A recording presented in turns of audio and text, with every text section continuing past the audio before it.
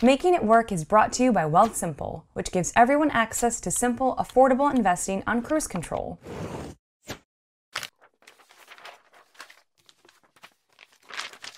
Many people expect to simply do a good job and hope it eventually results in a raise. But in reality, getting paid what you're worth takes a little more than that. In 2014, I was hired on as a senior account manager at a highly regulated and bureaucratic utility company. It was a 16% salary increase compared to my old job as a payroll accounting analyst, and it was still really early in my career. So it was pretty good pay for that time. But I kept believing I was worth more and wanted to prove myself. I devised a strategy that would get me a raise, and I hoped that I would get at least $5,000 more. I ended up with $10,000 more instead. Here's how. Number 1, I built relationships. The first month on your job is absolutely critical. It's not just about learning the job, but also building trust with your coworkers. If someone doesn't like you or finds you arrogant, that feedback will get back to your manager more quickly than you might think. I spent that first month working very hard by putting the hours in to learn the job, but I also asked every coworker out to lunch. I learned about what they did and asked them about the most difficult parts of their job, and they were more than happy to share. I took mental notes of their pain points and made sure to jot them down when we got back to the office. Then, every morning, I made an effort to do a quick 5-minute chat with everyone. Number 2, I made tangible improvements. Once you get the hang of your job, you can find ways to improve it. Question the status quo. If something has been done one way for years just because that's how someone before you did it, does it really mean it's the best way?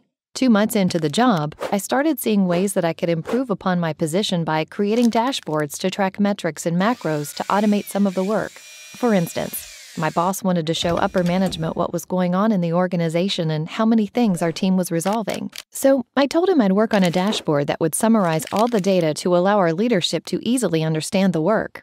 Okay, I know what you might be thinking. I'm not that technical. Well, neither am I. I took one coding class in college, and if it wasn't for help from my engineering boyfriend at the time, I probably would have flunked Coding 101. The internet here is your best friend.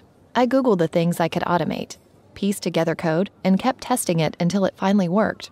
I wrote a code because there was so much data in Excel, and it would be too much work for us to analyze the data manually. Therefore, the code would automate some of the repetitive monthly work for us.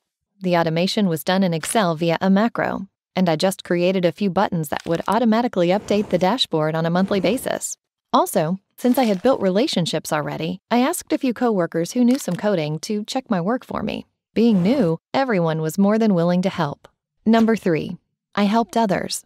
Remember that list of coworkers' pain points from my first month? In the 3rd and 4th months, I started working on them. With the extra time available from my automations, I worked with my coworkers to figure out the root causes of their issues. Then, we came up with solutions together, and I made sure that I kept my word to help. I consistently communicated and involved them in every step of the process. I always made sure they were okay with the changes I was making.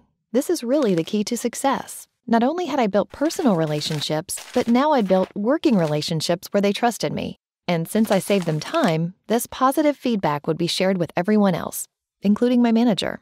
By the 4th month, everyone was impressed with what I was able to do and how I helped them. My manager had heard all the stories and was happy that he took a chance and hired me. I waited until I knew that he was in a good mood one day, walked into his office, and started to explain my situation. I talked about all the great projects I'd completed, and he completely agreed with everything I had to say.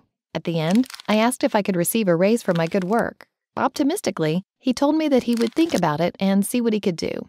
I patiently waited, and 2 weeks later, he came back and said he was able to get me a $10,000 raise. I was absolutely ecstatic. I thanked him a lot and reassured him that I would continue my good work. He nodded and said, "You deserve this." In the end, I took a risk by not asking for a $5,000 increase specifically and letting him figure out the dollar amount. Luckily, it worked out in my favor. If you do have a specific number in mind, you can share it with your manager. They may say, "I can't get you that much, but here's X instead." Always remember to thank them and show your appreciation. Sometimes you can negotiate when you get a new offer, but always remember that the company and hiring manager are taking a risk on you. So you may not get what you want or deserve right away, but know that you can make more opportunities to ask for more money once you have proven yourself and the timing is right. There are times, however, where nothing will work because there is an economic downturn or the company isn't doing well. Document all the work that you've done and save it. When things are starting to do better, you can refer back to the document to make your case. Good luck! Negotiating a raise is one of the best things you can do for your financial life. When you learn to be your own advocate, you feel more in control of your own future. And with a company like WealthSimple, you can start investing more easily than you might think.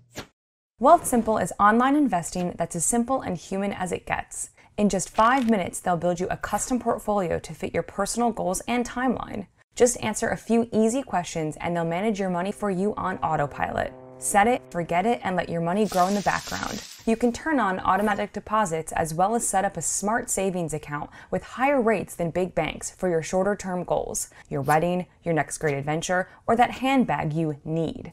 They also have a socially responsible portfolio that invests in green stocks and companies that support gender diversity. The fees are much lower than big banks, and TFD viewers will get their first $10,000 managed for free with no minimum deposit.